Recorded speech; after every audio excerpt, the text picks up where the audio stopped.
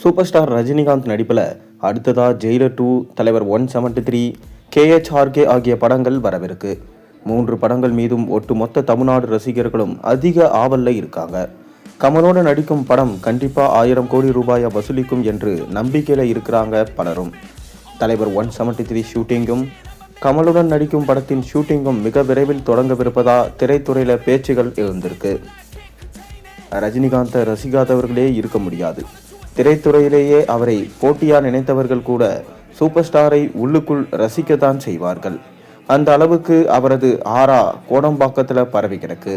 இங்கு மட்டுமின்றி Bollywood, Tollywood, மல்லுவுட், sandalwood என அத்தனை திரைத்துறையிலும் ரஜினிக்கென்று தனி மரியாதை இருக்கிறது. அதற்கு மிக மிக முக்கியமான காரணங்கள ஒன்று அவரது திறமை மட்டுமின்றி மற்றவர்களிடம் பழகும் விதம்தான். ரஜினியை பொறுத்தவரை சரியான கோபக்காரர் தான். அதே போல உச்சத்தில் இருக்கிறார் தான். ஆனால் யாரிடமும் ஈகோ பார்க்க மாட்டார். தன்னுடன் பணியாற்றியவர்களாக இருந்தாலும் சரி, வேறு எங்கேயோ திறமையாக பணியாற்றுபவர்களாக இருந்தாலும் சரி, உடனடியாக பாராட்டி விடுவார். அதே போல அவர்களிடம் பேசும்போது கூட ரொம்பவே பவ்யமாகத்தான் பேசுவார். சமீபத்தில் கூட வடிவேலு முருகன் கொடுத்த பேட்டியில தன்னிடம் ரஜினி பேசி கொண்டிருந்த போது போர் அடிக்கிறேனா என கேட்டதாக தெரிவித்தார். ரஜினியிடம் பாராட்டு பெற்றவர்கள் எக்கச்சக்கம் பேர் இருக்கிறார்கள். அதே போல தன்னை கிண்டல் செய்தவர்களாகவே இருந்தாலும் அவர்கள் திறமைக்காரர்களாக இருந்தால் கண்டிப்பாக மதிப்பதற்கு தவறமாட்டார். கோமாளி படத்தில் கூட ரஜினியின் அரசியல் வருகை சமீபத்தில் அவர் கொடுத்த ஒரு ஸ்டேட்மெண்ட்டை வைத்து கலாய்த்திருந்தார்கள். ஆனால் அதை பர்சனலாக எடுத்துக்கொள்ளாமல் ஜாலியாக எடுத்துக்கொண்டார். மேலும் அதன் இயக்குனர் பிரதீப் ரங்கநாதனையும் அழைத்து பாராட்டத்தான் செஞ்சிருந்தார். இப்படி தன்னை சுற்றி இருக்கும் அத்தனை பேரிடமும் நல்ல பெயரை தான் சம்பாதித்திருக்கிறார்.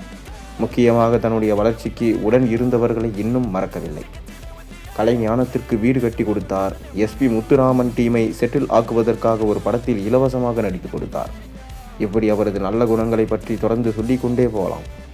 இந்நிலையில் பிரபல நடன அமைப்பாளர் புலியூர் சரோஜா கொடுத்திருக்கும் பேட்டி ஒன்றில் சோசியல் மீடியாவில் ட்ரெண்ட் ஆயிருக்கு. அவர் கொடுத்த பேட்டியில் ரஜினியும் ராதிகாவும் ஆடிய போக்கிரிக்கு போக்கிரி ராஜா பாடல் ஷூட்டிங்குக்காக லொக்கேஷனுக்கு சென்றிருந்தோம். அது பெரிய மலை. அப்போது இயக்குனர் மூவ்மெண்ட்டை போட்டு காண்பிக்க சொன்னார். ரஜினி பென் செய்ய வேண்டும். அப்போது ராதிகா அவரது முதுகில் சிட்டுக்குருவி போல தாவி குதித்து ஏற வேண்டும். உடனே இயக்குனர் என்னிடம் இங்கே நிற்பதற்காக கஷ்டமாக இருக்கிறதாம், இப்போ ஒரு ஸ்டெப்பை சொல்கிறாயே என கேட்டார். நாங்கள் பேசி கொண்டிருப்பதை கேட்டுவிட்டு வந்த ரஜினி, என்ன அக்கா என்னாச்சு என கேட்க நான் விஷயத்தை சொன்னேன். உடனே அவர் அதெல்லாம் செஞ்சிடலாம் என கூற டேக் போனோம். நினைத்த மாதிரியே அவர்கள் ஆடினார்கள். எல்லோருமே கிளாப் அடித்து விட்டோம் என்று அவங்க சொன்னாங்க. மேலும் இது போலதான் ரஜினி அனைத்து இடத்திலும் தன்மையாக இருக்கக்கூடியவர்.